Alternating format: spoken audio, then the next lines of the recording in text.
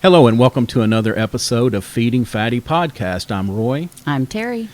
You can find us at www.feedingfatty.com. We would love your feedback for professionals out there or for those that have struggled and lost some weight. We would love to hear from you. Today, this show is mostly about mine and Terry's journey. We talk a lot about our ups and downs, about cooking, exercise, kind of what's going on in our world. But as we've said, we do want to bring guests to our show to help spread the wealth of information that's out there to help everyone. So today we are very fortunate to have Esta McIntyre with us. Yes, Esta she is a fitness guru and nutritionist and all things. She just,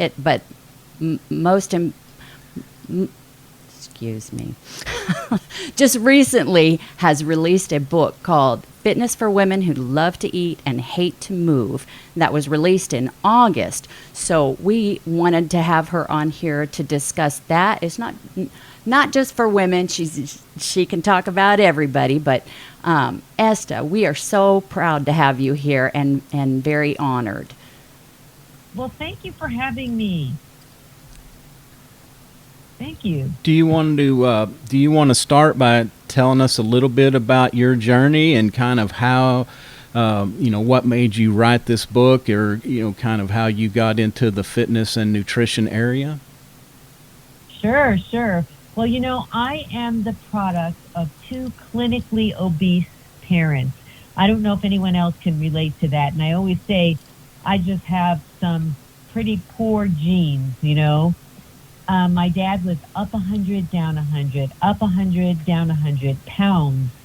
And so, and he died young. He died at the age of 58. And my mom was very similar, probably a few less pounds than my dad, but she also struggled with her weight. So I myself have gained and lost over 60 pounds 5 times in my adult life. Wow. And and every time I felt myself getting closer to that 100 pounds, I would get it together somehow and find some quick fix. And I'll get into that in a minute, to just help me get that weight back off. So the last time I lost the weight, I did what any self-respecting woman would do. I walked into a plastic surgeon's office and I said, I want you to suck it out, Oh, yeah. Right? Because like everybody, I got tired of fighting that battle. I just wanted some way to get the job done and not have to go through that process. Yeah. And we all know that.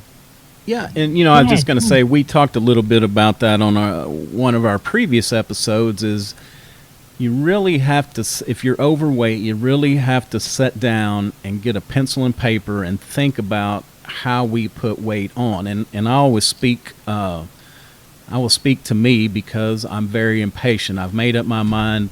I want to eat right. I want to exercise. I'm ready to lose some weight. And then, it just comes off with the trickle. But I know that's the healthiest, and I know that's what we strive for. But if you think about how we put weight on, for me, we went to the grocery store and we, read the labels. So what happens is we look at, on the way home from the grocery store, I would have probably had a candy bar and a bag of chips coming home, and we think about, well, I don't know what exactly that would be, but probably 1,000, 1,200 calories just in a snack on the way home. And so, what is it? 1,000 calories of extra a day will put on 2 pounds a week. That's easy to do. I mean, I can eat some pizza, some pasta, some bread. It's not a problem for me. The hard part, though, is when you think about just to lose 1 stinking pound a week, we have to cut 500 calories off, or have a 500 calorie shift with cutting the calories or exercise or some combination. It's tough. I mean, it's very tough. And coming into this time, because